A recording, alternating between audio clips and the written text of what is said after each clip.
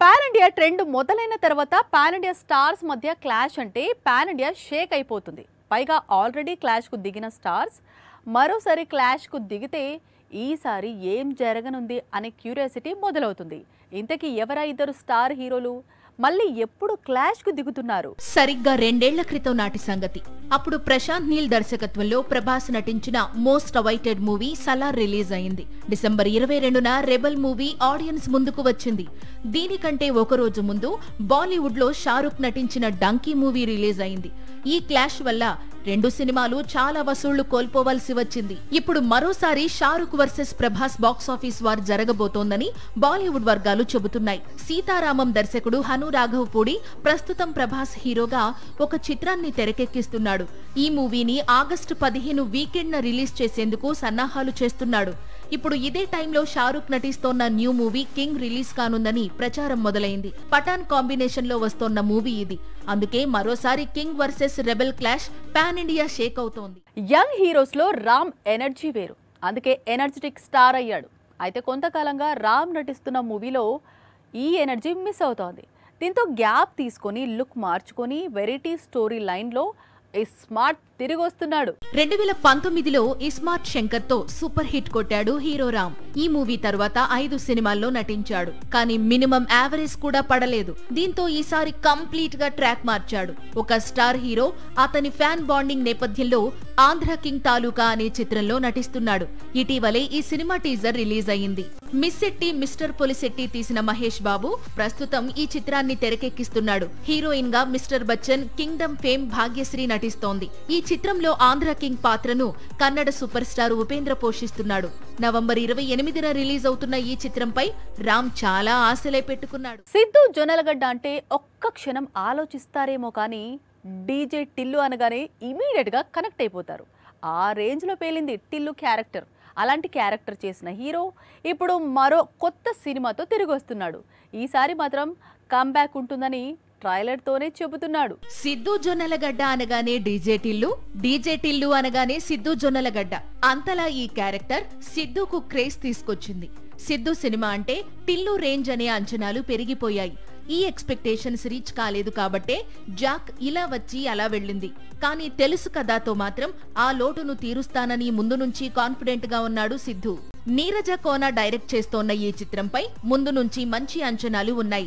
ఈ చిత్రంలో సిద్ధు 2 హీరోయిన్స్ తో రొమాన్స్ చేస్తున్నాడు. కేజీఎఫ్ హీరోయిన్ శ్రీనిధి, అలాగే రాశి ఖన్నా కథానాయికలుగా కనిపించబోతున్న సంగతి తెలిసిందే. ట్రయాంగిల్ లవ్ స్టోరీ కావడంతో యూత్ కు కనెక్ట్ అయ్యే అవకాశాలు ఎక్కువగా ఉన్నాయని యూనిట్ కాన్ఫిడెంట్ గా ఉంది. అక్టోబర్ 17న తెలుసు కదా రిలీజ్ అవుతోంది. ఈ రోజుల్లో రీమిక్స్ ఎవరు చూస్తున్నారు, ఎవరు నటిస్తున్నారు?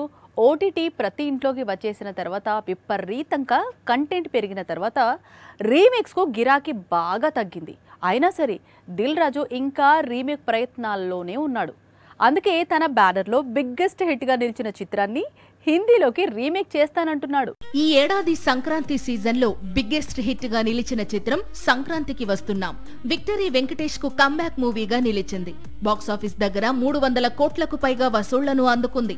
ఇప్పుడు ఈ మూవీని హిందీలోకి రీమేక్ చేసేందుకు దిల్ రాజు రెడీ అవుతున్నాడని ప్రచారం మొదలైంది. నిజానికి సంక్రాంతి సీజన్ లోనే రీమేక్ వార్తలు వచ్చాయి. కాకపోతే అప్పుడు సల్మాన్ పేరు వినిపించింది.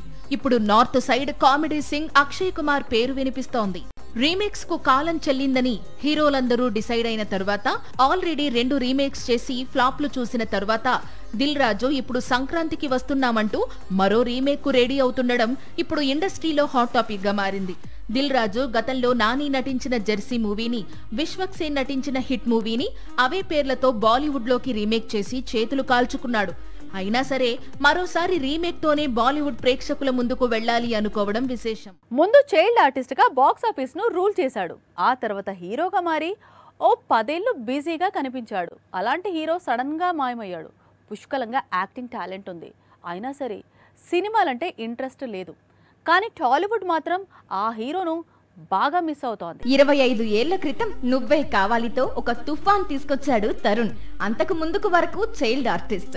హీరోగా నటించిన తొలి చిత్రంతోనే ఎన్నో రికార్డ్స్ తిరగరాశాడు. ఓవర్ నైట్ స్టార్ అయ్యాడు.